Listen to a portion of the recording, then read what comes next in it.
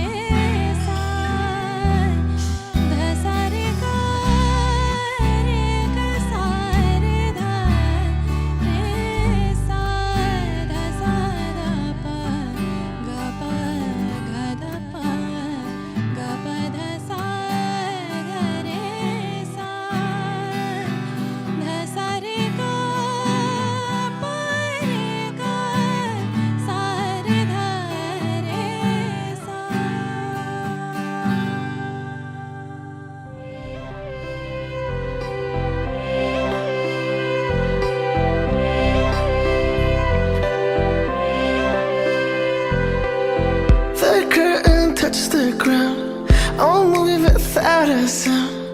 I see myself being found, yeah, yeah. Two parts of the same story, drawn back to the city of lights, discovering love in our hearts, yeah, yeah. I'm meeting myself, that character, I never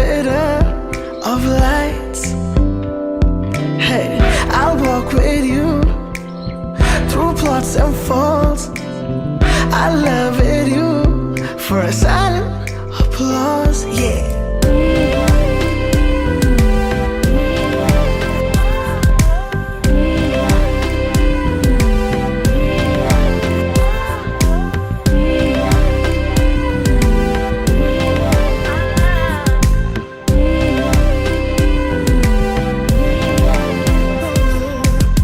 There's songs that I carry inside, where my steps and my thoughts collide. I have these lines in my head, my guide, yeah. Been given all these dreams to rise. I wanna share my soul with you. We find ourselves in these lights, yeah, yeah. I'm meeting myself, that character, a narrator of lights. Hey, I walk with you through plots and faults. I love it, you, for a silent applause, yeah.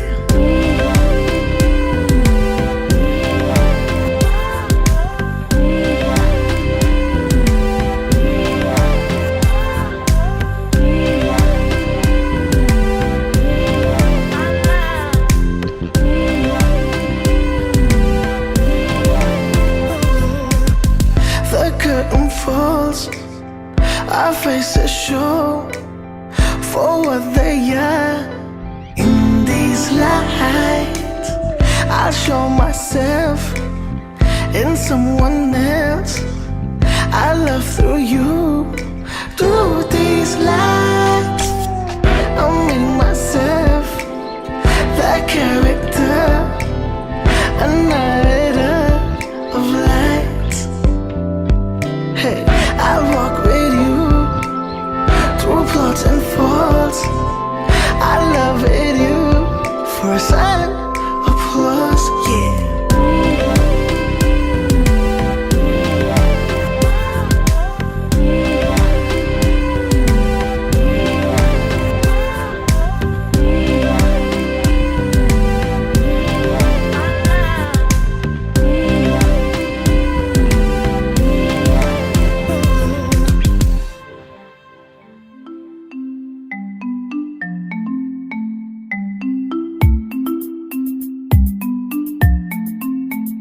Everybody loves you, oh, yeah. People go, you're the only one we always wanna call to, no, yeah. Yeah, you know we really trust you, oh, yeah. Even when we feel alone, close our eyes and we can find you, no. Yeah, with the people all apart, press play, now we pause again. See my brothers and my sisters and we suffering. We run around, we be stuck up in our little ways. And we look around from inside to see a different place. So I've been wishing, I've been thinking who been covering us. I look above and think the Lord, He gave a blessing for us. Cause He been showing us the way for all that we've overcome. Through all the highs and the lows, taught us how to be one, so I'm saying now more than ever when we need it. Everything you ever do is for a reason. I can't really understand, but I can see it. All I know is that it's something I believe in, yeah, it's been some hard weather. You've been through it all before, you make it all better. And we done made it better, open through the dark nights. So I don't think that this is better at the both time, yeah. And even when we close in our eyes, you lead us right so close to you. We look up at the birds in the sky, but all our mind is next to you. So telling you a lie, it's true. You like me. Ain't no other lie like you. No lie like you. United by the way of our faith, we will not be afraid. We're not.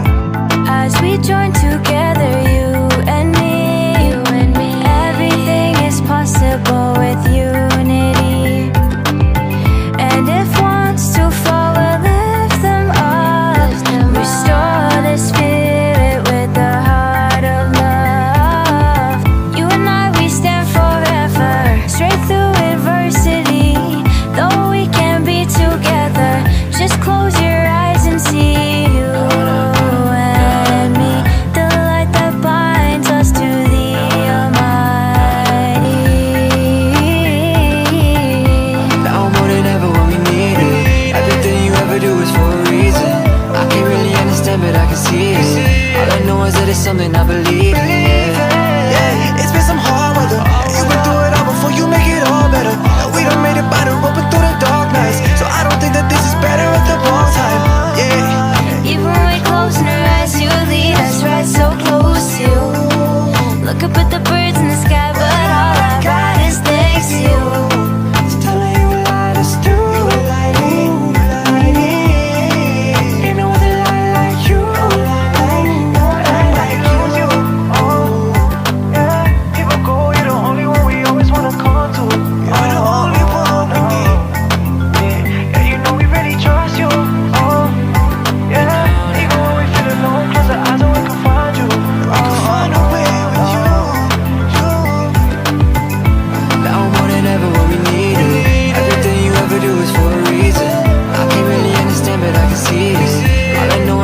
something I believe in.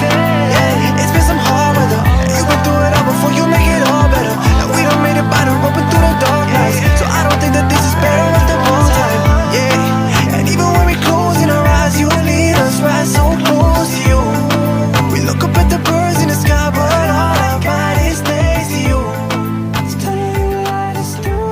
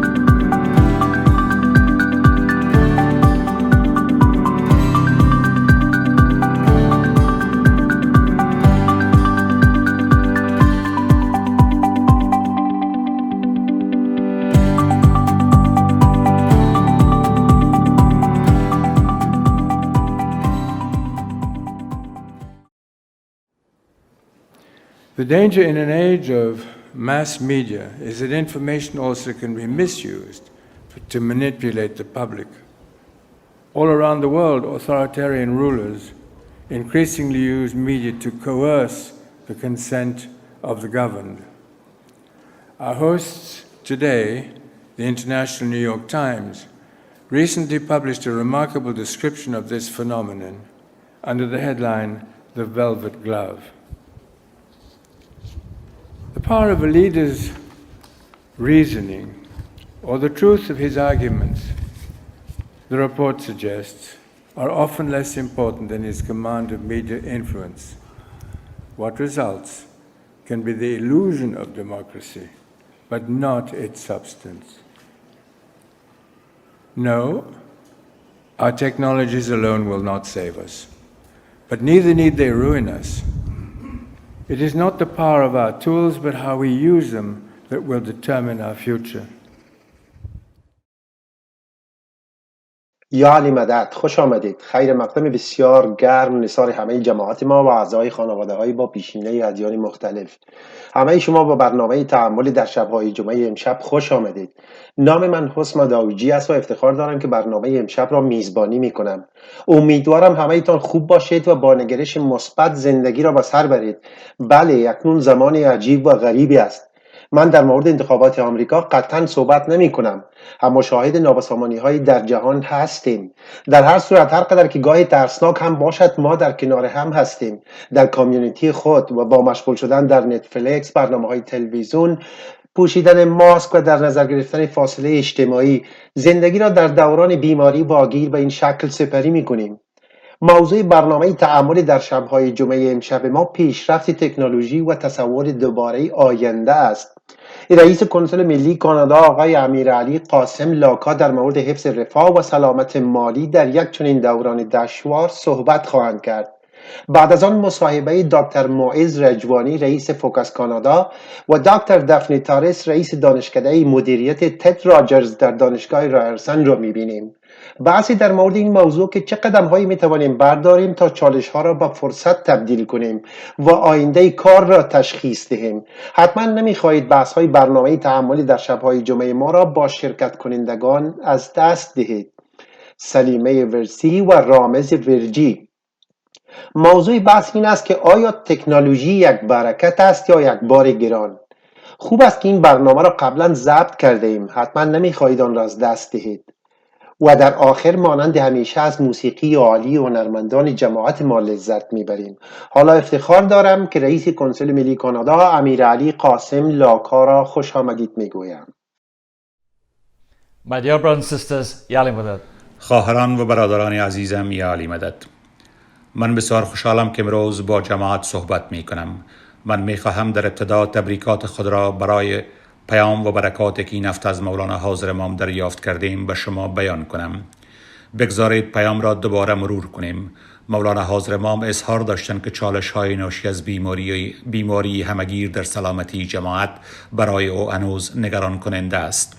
او خوشحال است که در بسیاری از کشورها جماعتخانه ها با رعایت پروتکل های دولت بازگشایی شدند، اما جماعت وی باید آگاه باشد که دیگر جای برای رضایت خاطر و خوشنودی در مورد خطرات ناشی از این ویروس تهاجمی وجود ندارد.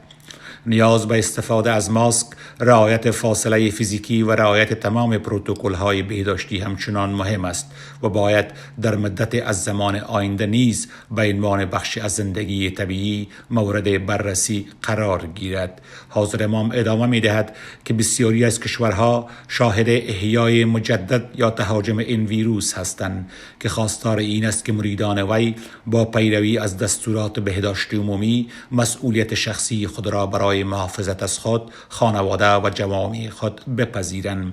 حاضر امام سپس محبت آمیزترین دعاهای پدرانه و مادرانه خود را برای سلامتی، سعادت، ایمنی و رفاه همه مریدان خود با بهترین نعمتها و برای مشکل آسان می‌فرستند. بنابراین اعضای جماعت عزیز این زمان برای احتیاط توجه لازم را می‌طلبد. حاضر امام در اینجا از اصطلاح درخواست استفاده کردند و این بدان معنی است که این شرایط اقتضا می کند که ما مسئولیت شخصی را در قبال ایمنی به عهده بگیریم. امشب می خواهم به موضوع مهم دیگری بپردازم که چگونه ما در این شرایط همگیری که با موجهای جدید عفونت ادامه دارد بهزیستی و رفاه مالی خود را حفظ کنیم. ابتدا اجازه دهید بررسی کنیم در چه مکانی در این فضای اقتصادی گسترده قرار داریم.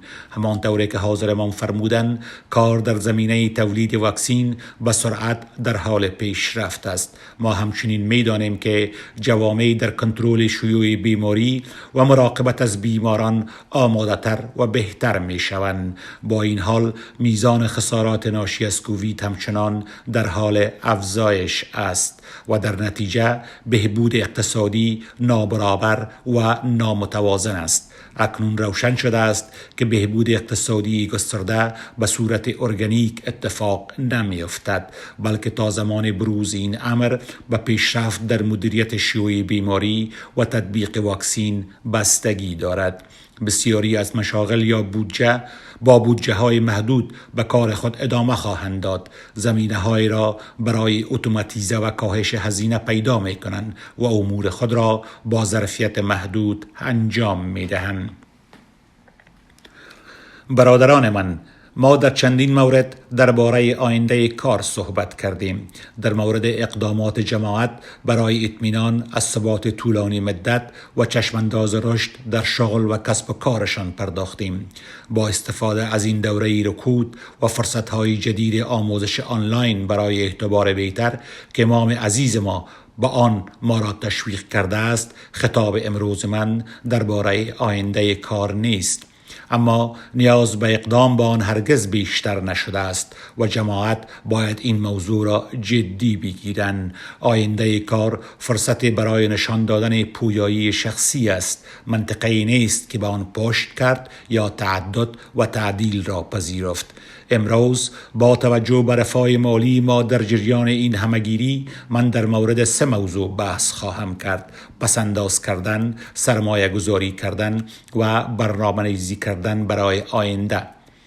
بگذارید با هزینه های من شروع کنم. بحران کووید از 10 ماه پیش آغاز شده است. ممکن است مدت طول بکشد تا واکسین از راه برسد و چندین ماه قبل و بعد از توزیع آن با توجه به جمعیت جهان و تا فعالیت اقتصادی عادی خود را از سر بگیریم. بنابراین ممکن است مدت در شرایط فعلی قرار بگیریم.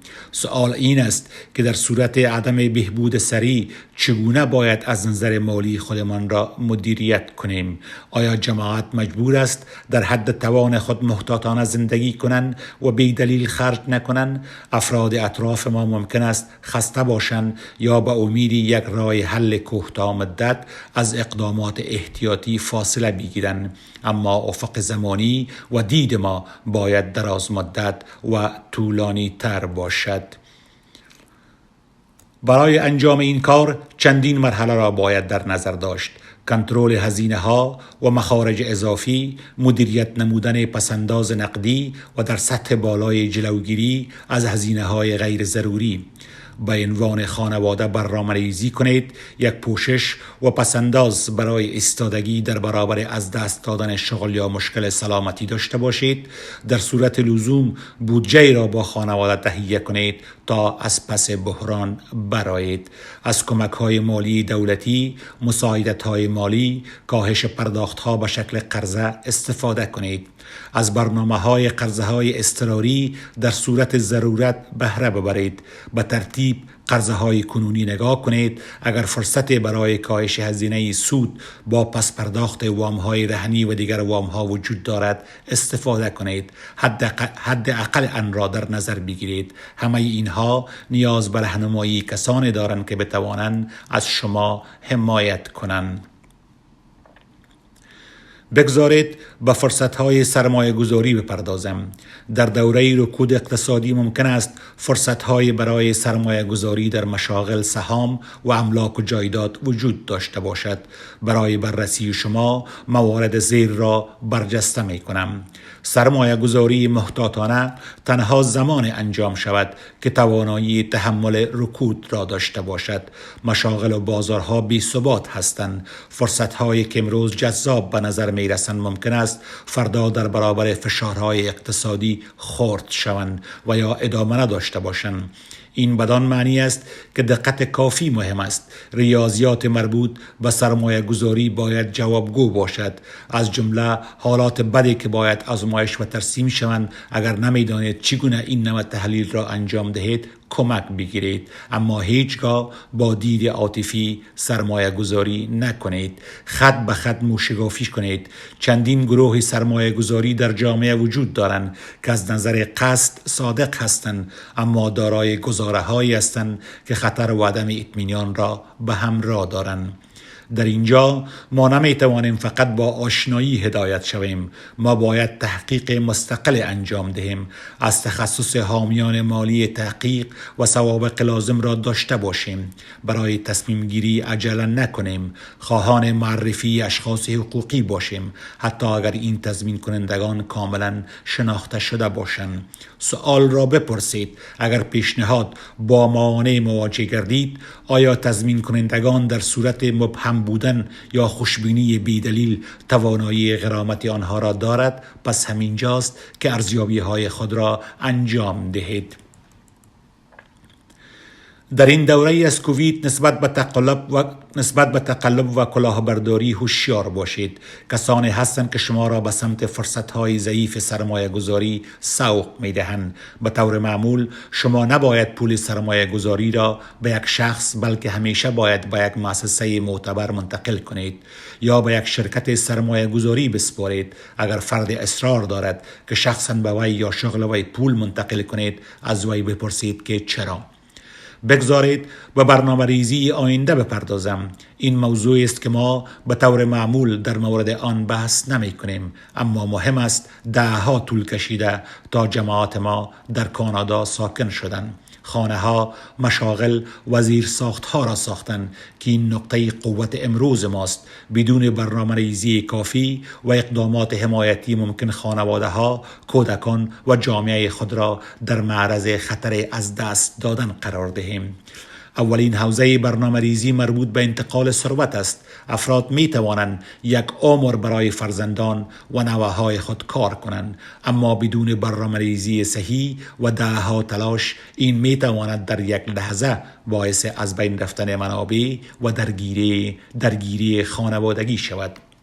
برنامه ریزی صحیح شامل این است که چه کسی دارایی را دریافت می کند و چگونه و چه مواقع چنین انتقال‌های انجام می شود. تعلل در این موارد بعضاً طبیعی است، اما پرداختن زودتر به آنها به وضوح تعارض و تقابل را کاهش می دهد و به شما امکان می دهد آن را کنترل نموده و تنظیم آن را با گذشت زمان انجام دهید. برنامه ریزی می تواند روش مؤثری در موارد تکس و پرداخت مالیات و دارایی‌های خانواده شما را فراهم کند. از طرف دیگر برنامه‌ریزی ضعیف ممکن است منجر به بار مالیاتی شود و ارزش دارایی‌های منتقل شده را کاهش دهد. همانطوری که به این ملاحظات فکر می‌کنید، برای اطمینان از داشتن یک برنامه کاملا سنجیده شده و راحت به مشاوره حقوقی و مالیاتی مراجعه کنید. به یاد داشته باشید انتقال موفقیت آمیز ثروت به نسل بعدی از طریق وصیت‌نامه‌ها، اعتمادنامه‌ها و بیمه زندگی نیاز به بررسی دقیق دارد. با در نظر گرفتن نیازها هر نسل، اکثریت خانواده ها برای انتقال ثروت آمادگی کافی ندارند. انتقال ثروت به طور تصادفی اتفاق نمی افتد. این نیاز به یک برنامه دارد. خانواده ها باید با هم همکاری کنند تا برنامه خود را مستند نموده و برای مدیریت ثروت در طی نسل های مختلف آن را نظارت نمایند.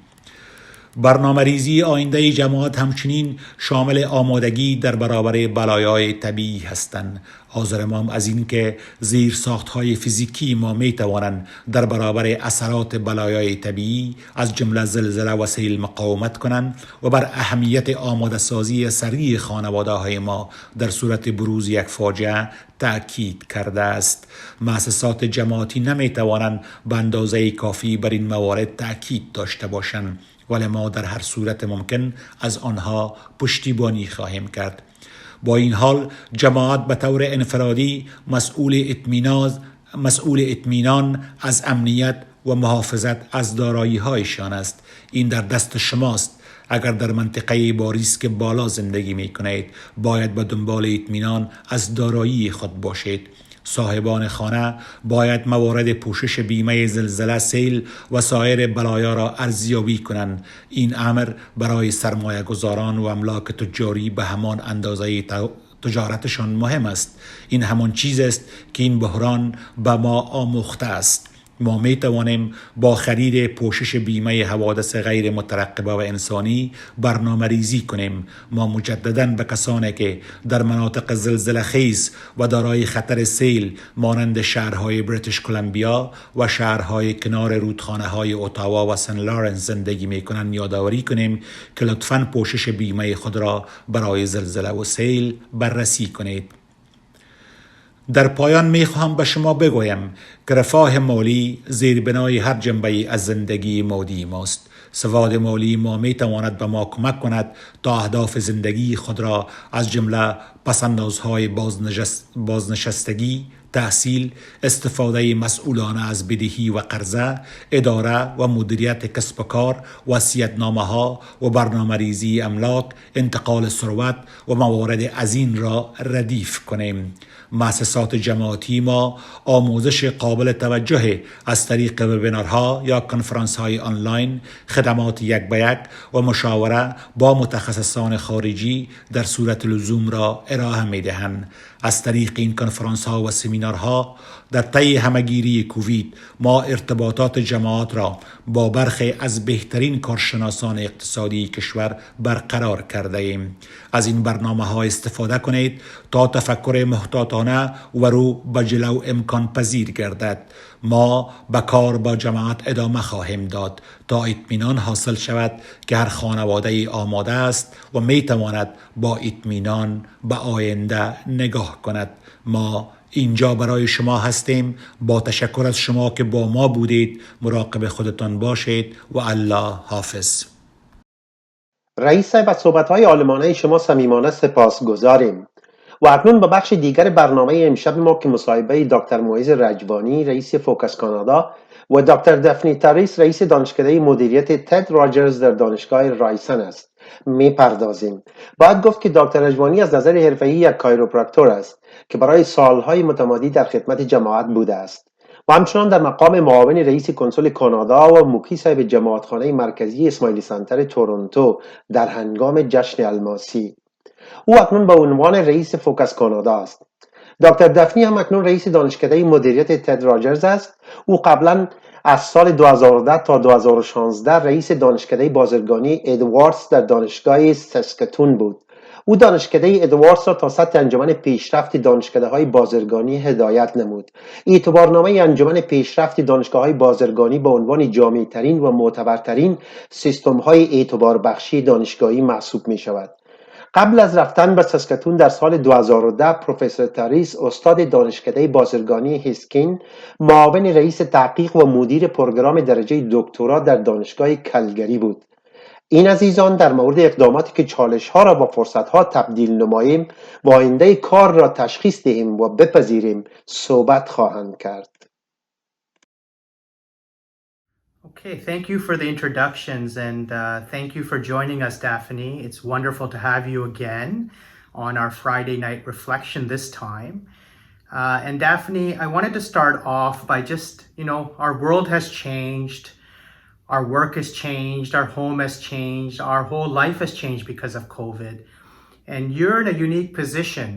You are dean of a business school preparing students to go out into the real world, and all of us are struggling on how to take the next step and what we should be doing and what our education should look like, and we'd love to hear your thoughts around this. We're an enormous business school. I don't know if you know, we're about 12,000 students, so I believe we're one of the biggest in the country. We knew that we were going to have to go virtual on Friday, March 13th, which is a day that I don't think any of us will ever forget because we were almost entirely unprepared. We were anticipating all kinds of disasters, that students would decide not to go to school, that our professors would not be able to work the technology. But in fact, the alternatives are not so great, and people are really taking advantage of the opportunity to come to school. Our enrollment is higher than it used to be, and our professors are all prepared, and it's actually going much better than I had expected. It's still exhausting. I must tell you that it is not easy, and all of our professors are missing what we call the post-lecture high, when you finish your lecture and you feel fantastic and you decide you're going to celebrate. And in this world, you finish your lecture, you may talk to a few students, you walk away, and then nothing happens. So it's a little bit hard. And Daphne, this nothing happens is also interesting because you work from home, you study at home, you cook at home, and there's no gaps. And tell me, I know you've been doing some thinking around this, and I'd love to hear your thoughts on that. I did a lot of research as an academic on work-life balance and the use of portable technologies. And what we found was there's a lot of use of portable technologies to be at work, and then people use at home. They have home computers or they have cell phones, but they're very connected. But what we found was there was an intermediate period of time where people were neither at work nor at home. If you're in your car, you're driving. If you're on public transport, you're thinking. And we used to do things like call our parents with that time. And that time has vanished. And I think that's causing a bit more stress. And how do you deal with that? Have you come up with any solutions? I don't have any solutions. I think you give yourself little rituals. And I know our students are starting to give themselves little rituals. In my case, I make a cup of coffee. I bring it to myself. I create for myself intermediate time that is neither work nor family. It's a transitional time, and I think we all need to do that to be healthy. I think health and mental health are critical components during this. Daphne, a lot of the community and a lot of members of society are going through a lot of stress. They're thinking about the future. Many of them might be in middle management. Maybe they're in the retail industry or the hospitality industry. And they're saying to themselves, what's next? How do I step back into the educational world? And what do I do? And how do I make myself marketable for the future? I think we've never had a society that's been more capable of reaching out and self-teaching or having opportunities. Now, one of the things my school has started doing very aggressively is micro-credentialing students. And by that I mean we have 2 to 3 hour boot camps where the students are teaching other students. It's become fantastically successful. things like Excel, Tableau, data visualization. I think that these are a lot of the skills that are necessary to recover from the pandemic. So I just got a report that we have something like 10,000 students took boot camps over the summer when everybody thought that the generation would be paralytic. And instead of being paralytic, they reached out and they taught themselves new skills. And so I really encourage people to do that, not to become paralyzed, but to do something new and difficult. We're getting all kinds of advice to do hobbies in order to handle our stress. But I think one of the best things we can do is something new that we can feel that we've conquered. And I want you to ask me about my own experience taking a boot camp at my advanced age. I was going to say, Daphne, after all the degrees beside your name, I mean, MBAs and law degrees, even your micro-credentialing, I hear. So tell me about your boot camp. And well, did it start at 6 in the morning with a bright and early, fresh morning, or was it something different? It actually started late in the day. It started at about 6 o'clock. A number of people, actually somebody from the Ismaili community was also, Mohammed Danani was there, the Minister of Labour for the province of Alberta, and 100 students. And what was fascinating, it was an Excel level 1. It was really one of the most difficult things that I have ever done. And every so often the student tutors would peel me off into a chat room, fix me up, get me back into the main room. I finally passed. It was my second attempt, so everybody should be able to be humble and understand that you may not pass the first time, but don't give up. I didn't give up. Well, Daphne, that's what we call lifelong learning, right? I so believe in that, and I believe that during the pandemic, the skills that we learn, particularly, I've noticed data analytics. It's been a terrible catastrophe for many businesses, but we're not letting the data sing the way we can see opportunities. So here's an inspiring story for people who think that there's nothing they can do differently during the pandemic. We have hundreds and hundreds of co-op students and co-op placements, about almost 2,000 co-op placements, and all kinds of employers were coming asking for our students. And we noticed that, using the data, we noticed that when there were postings for employers looking for students, sometimes it was a busy time of the term, or the employer needed the students very quickly within a month, even a week, and they didn't get enough take-up. And so we automated the system, so we sent out emails to the students and said, here's an opportunity. And we went from a 62% placement rate to a 90% placement rate during the pandemic, simply by watching our data sing to us. I wanted to tell it to you because there are ways that one can look at one's own business and look for new angles on improvement. That's very interesting, Daphne. Usually we think when we are not doing well in our business, the best thing is to change our business and do something different. But what you're saying is that even within your own sector, you need to look at it a little bit deeper. You have to look at it analytically, maybe with a different type of hat, a different perspective. Even if we could get, let's say at the business school, a 5% increase in student retention, that would be 5% more students that finish their degrees, which is the right thing to do. But there are ways of improving desperate situations. And what I've noticed during the pandemic is that a lot of people are shutting down and they're not using their usual creativity. And we're trying to inspire our students to see patterns in data, to see opportunities. Daphne, I wanted to ask a little bit more about this boot camp. Can you tell the audience what is a boot camp? What are the types of programs, and how does one participate in a boot camp, whether it's with your university or other organizations? Well, our boot camps are something that initially, it's a little bit unique to us, but a lot of colleges, a lot of high schools, the whole educational system is talking now about micro-credentialing, not a degree, but getting certificates, getting badges. We even talk about graduating students with a wallet filled with micro badges. And The way our boot camps work is we have about 26 different topics. They're anywhere from 3 hours to a few days. Boot camps have no grades associated.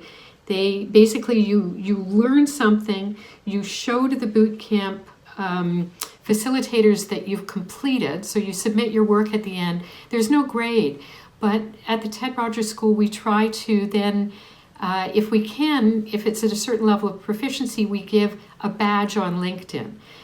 You know, my dream is to sort of internationalize the boot camp idea, because it's going to help with pandemic recovery.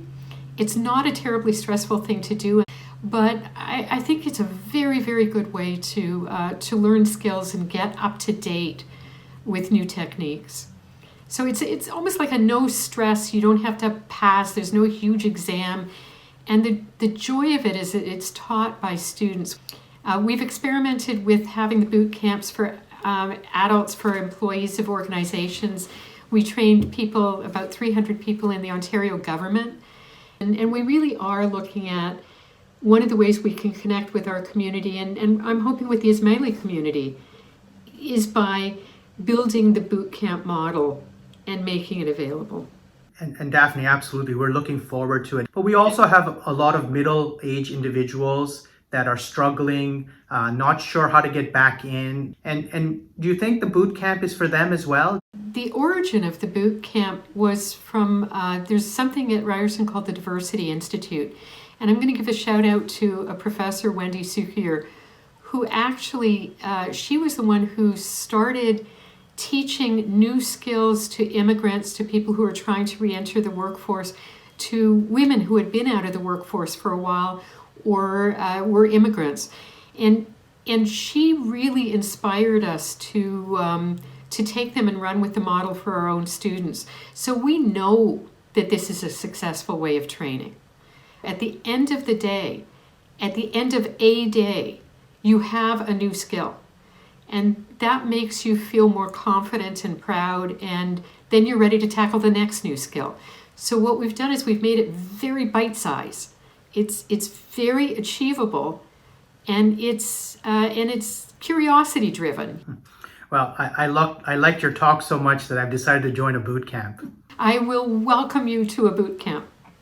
Daphne, one of the things we read about a lot with Future of Work is this notion of behavioral skills or social skills or the soft skills. How do you work with your students to get those soft skills? Well, it's interesting you ask me that, because a lot of our boot camps are data visualization, Excel, Tableau, all kinds of things that work with data.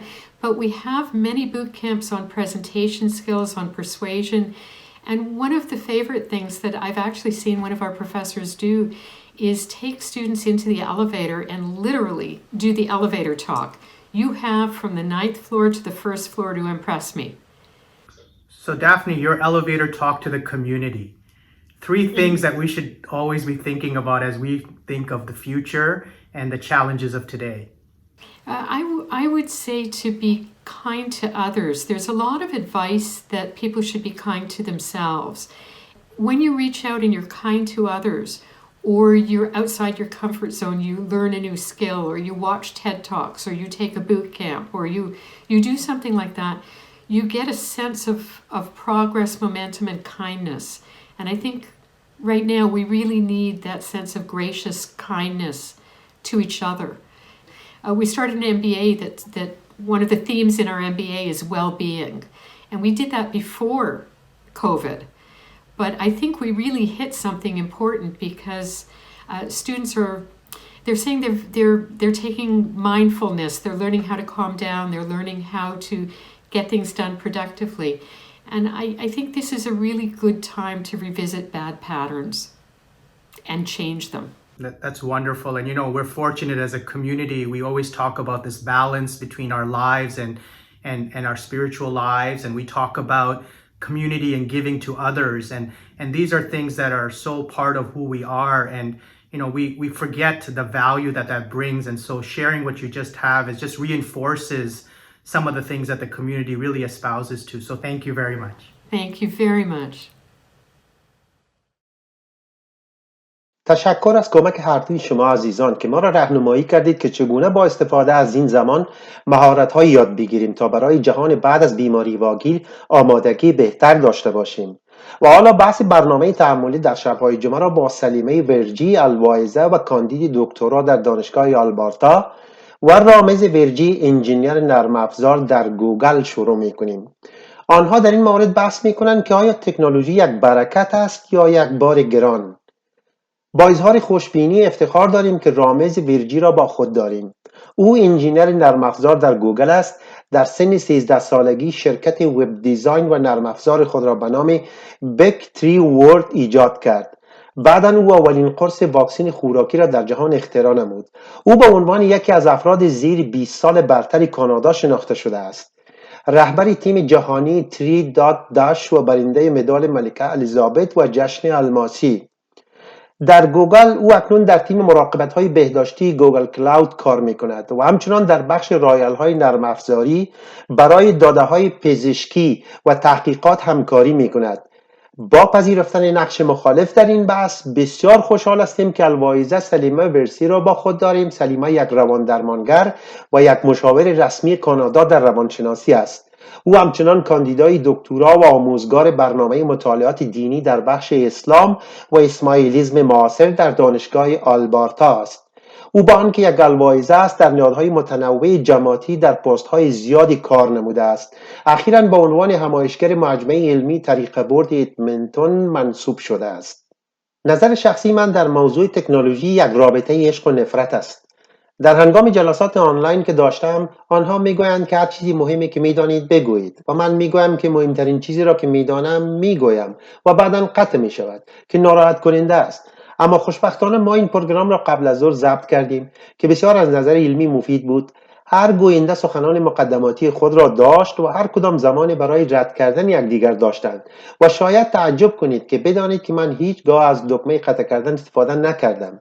این نشان می‌دهد که اینها در مناظره خیلی خوب بودند و بسیار مهم این که هیچ مگسی هم در جریان فیلمبرداری مزاحمت نکرد. این را ببینید. Welcome to the Friday Night Reflections FNR inaugural debate. Sounds like we're in a rumble. It's exciting. We have two phenomenal debaters with us. Ramiz Virji, Salima Versi. They will be debating this resolution. Be it resolved that technology is more of a blessing than a burden. Debating the affirmative is Ramiz Virji. Ramiz, your opening remarks, please. Thanks so much, Huth. Honestly, to properly explore this concept, I think we need to understand what technology really is. And I know right now when we think of technology, we think of, Netflix and smartphones and TikTok, but really what it is just the application of knowledge to solve problems. So this also includes things like the development of the wheel or agriculture. And even if we go back into our own history as Muslims, our Islamic history, there's so many examples of incredible scientific development. Whether you're talking about Al-Khwarizmi's algebra, which, believe it or not, is a precursor to programming, or Al-Zarawi's dissolving stitches made of catguts, or even if we go to our beloved Prophet, peace be upon him, he invented the miswak, which was the precursor to the toothbrush. So these are all examples of technology just from our own history, let alone all the rest of human history. Now, the truth is, Allah has given us this fantastic gift of aql, intellect, right? And intellect is really just the ability to reason and process and apply knowledge. So in reality, technology is just the application of aql. Now, how can using this divine gift from Allah be anything but a blessing? We really have a responsibility to use what Allah has given us as a gift for the benefit of humanity. And technology is special in that it enables growth and progress in a way that really nothing else really can. If you just look at education alone, for example, if you just consider the level of access that it enables for people in developing countries, it's unfathomable. In fact, Hazrat Imam back in 2001 in Washington had mentioned that access to computers can provide the first real opportunity for lifelong education on a broad scale. Or, I mean, even if we just look at the last few months, like what we've been going through with COVID. At the beginning, when we were locked down, we all felt so alone and isolated, and we were able to have things like Friday night reflections to help us stay together as a community. Even if we look at this past week, we had a talika from our beloved Imam. And even this very debate, this discussion wouldn't even be possible without what is afforded to us by technology. Technology is also special in that it acts as an equalizer. Whether you're young or old or rich and poor, it doesn't really matter. You have free access to the same level of information no matter who you are.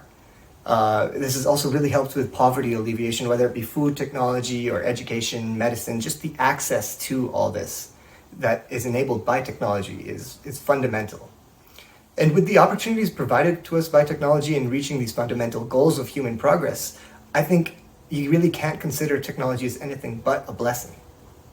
Thank you very much, Ramiz, for your opening remarks. Salima, debating the opposition. Your opening remarks, please. Thank you. So as a lifelong Trekkie, I have always had very high hopes for technology. My greatest wish as a child was a replicator to make whatever I wanted and a transporter to take me wherever I wanted to go. But as I've gotten older, I have found myself becoming increasingly disillusioned with kind of this promised utopia that we see on shows like Star Trek.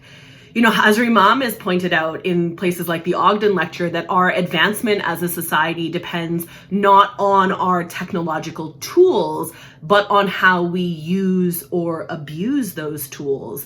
And I'm really afraid that all we've done is abuse them, because the closer that we get to kind of this imagined level of technological advancement, the more it seems like we lose. So take, for example, this massive explosion of information that we've seen. More than ever in human history, we have this vast array of information, bigger even than the greatest libraries imagined by our forebearers. And yet that hasn't resulted in an increase in knowledge or an increase in wisdom. Instead, what we've seen is an even greater lack of respect for that information. We've seen misinformation take hold and spread across the globe like wildfire. We've seen the creation of these digital echo chambers and spaces where hatred flourishes because it isn't challenged by different opinions, and we don't have to worry about being socially acceptable in digital spaces in the same way. And while all of that is happening on this societal level, on a personal level, we're also seeing all sorts of really long-term negative consequences of our over-reliance, particularly on modern technologies. So we're seeing chronic health conditions like screen fatigue, or even sort of more severe chronic health illnesses. But especially from a mental health perspective, we're seeing an increase in alienation, in depression, in anxiety that are the result of these colliding issues. So things like social media platforms that have become a breeding ground for unhealthy self-image, doom scrolling through the ills of the world 24 hours a day. And generally, we're just seeing this deep loss of meaningful personal relationships. Ultimately, I think the thing that is perhaps the greatest burden of technology, the thing that tells us that maybe the scale has tipped in the other direction, is what that last point indicates, that we are losing the things that fundamentally make us human. As social creatures, we need physical connection. Touch starvation is a real thing, and we're seeing it more and more often these days.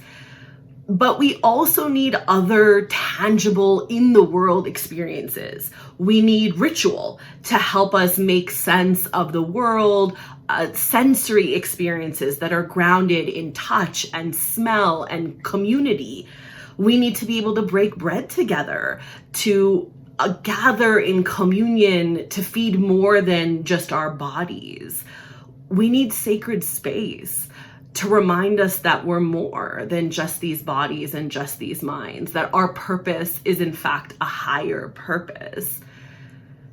And those are things that ultimately we can't replicate in digital spaces, and that I think we risk losing in this like mad rush towards technological advancement.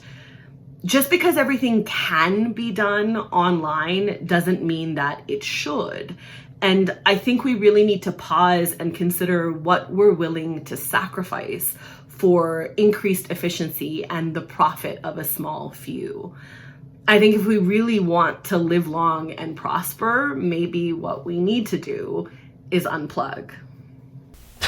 Yes. Live long and prosper. Thank you very much, both of you, for two great openings for tonight's debate. Now for the first rebuttal, Ramiz. For sure, and thanks so much, Salima. You make some great points on sort of this trend that we're seeing currently in technology. Now, I think the thing that we really need to understand is that technology is a tool. It's like money, it's like language, it's like media. It can be used for good, it can be used for bad. And really, the tool is as good as the person who uses it, just like in any other application of a tool, whether it be physical or, intellectual. And yes, it has given us lots of negative effects. It has also given us a lot of positive effects. Medicine has never been better. The world's health has never been better than today. And that's all thanks to medical technology. You mentioned that we really need that sensory experiential thing just for our souls. And I totally agree, but I think technology is the best way to enable that. I mean, we have things like planes, trains, cars. Without that, you're pretty much limited to what you can walk to. So having all these things available thanks to technology really helps with that. And I think the truth is that we need to work harder on applying technology in a more effective manner rather than just abandoning technology altogether in order to sort of move forward towards this utopia where everything is, there are no more scarcity and we just worry about exploration. Thank you very much, Ramiz. Salima, your rebuttal to what Ramiz just said. Thank you both. Excellent points. But I think ultimately what this comes down to is that the resolution itself is not about whether technology has given us good things. Like it has, right? I think the resolution allows for us to say there have been some blessings, but in the ultimate balance, is this really more of a burden? And I think one of the questions that we have to start asking is, at what point do we reach saturation? Like, at what point do our technologies become so much of a burden that burden outweighs the blessings? And I really do think we're getting there, right? So for example, one of the things that Ramiz mentioned was this increased access to education. But the reality is that is a deeply unequal access, right? People who have privilege, people who have monetary means to access those things are the people that are benefiting from those things. And the people who need those resources the most are the people who often are not getting them. And we really have to stop and question, particularly as Ismaili Muslims, what that says to us. Where are our ethics in this conversation? So are there blessings of technology? Absolutely. But I think what we have to think about is, at what point does that balance tip? And at what point do the scales really start to outweigh? And when does this become more of a burden? Because certainly, as Ramiz pointed out, and as Hazrimam has said, technology ultimately is about how we use it. And my big question at this point remains, are we actually using it in the best ways? And particularly this week, and what we've seen in terms of the results of the American election, and what we've seen in terms of like an increase in propaganda and the ways in which the world is moving, I have deep concerns that the ways in which we abuse this are actually outweighing the blessings at this point.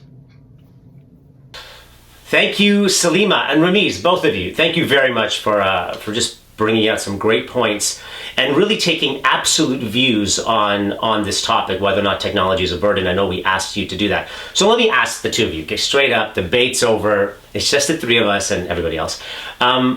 What do you think about technology? Is it a burden? Like, genuinely in your own life, how do you feel about it?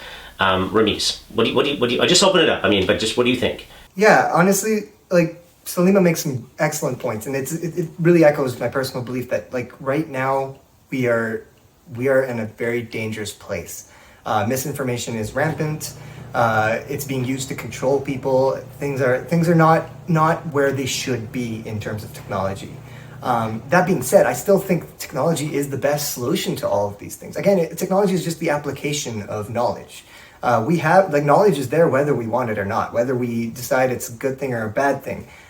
So really, we have a responsibility. All of us, every single human on this planet has a responsibility. They have a stake in this thing, just for the future of humanity in general.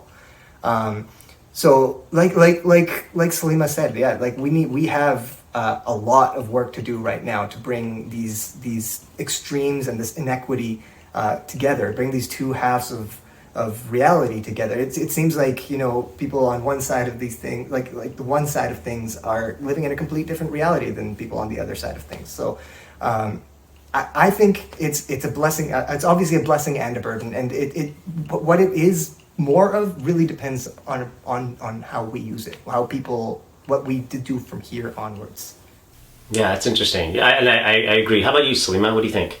Yeah, I mean, largely I agree, right? Like, I think there are obviously some incredible blessings with technology. My psychotherapy practice, for example, has moved online since the pandemic began. And so I still get to see my clients and I still get to provide care. And that's been incredible, right? Like, that's definitely one of those things that technology has facilitated. My parents live in a different province. My mom is immunocompromised. And so if we didn't have technology, like, I don't know how I would ever see her or talk to her. And so certainly there are blessings, but yeah, I have a lot of privilege, right? Like, I recognize that my ability to do these things is largely because I have access to resources. And that's just not true for the majority of the world. Like, not even just like the majority of Canadians, because I think certainly in Canada you could make the argument that perhaps more folks have access. But when you look at this on a global scale, it's just the access is so unequal. And I mean, I do still have really great concerns about what we're losing. I think especially lately, I've been really thinking about sacred space, which is one of the things I talked about in my opening remarks. And just like the tangibility of particular physical spaces that as human beings we need and we connect to in ways that we can't fully articulate. And I worry a lot about what we're losing. And that I think part of the problem is we're pushing for technological digital solutions in places where, like, I don't know that that's the best option. So yeah, I mean, I agree. I think there are plenty of blessings, and I think there are lots of ways in which we can use technology effectively. But I don't think it's the sort of panacea, silver bullet cure to everything that I think we tend to think of it as. And I do think we need to consider a little bit more carefully the places where we want to keep in-person, physical, low-tech things, because those things matter too. It's interesting because it's like you can't go all in or all out. There is a lot of beauty in technology, but we do have to check ourselves. And I think both of you mentioned that, at least in this last discussion, that yeah, it could go too far. Before we wrap it up, let me ask you, just the two of you, really quickly. How do we check ourselves? Like, how can we be responsible with technology? Yeah, I mean, I think the Alvai's answer, but also my answer, is I think faith is one of those things that helps to keep us grounded, right? Like, I think faith reminds us that we are more than just this moment. I think Hazri Mam's guidance has very clearly talked about sort of the risks inherent in this, but also the potential for growth and change, and for pushes towards equity and justice. And so I think that's really important. And I think ultimately Islamic ethics, our ethics as Ismaili Muslims, are the things that hold us in place.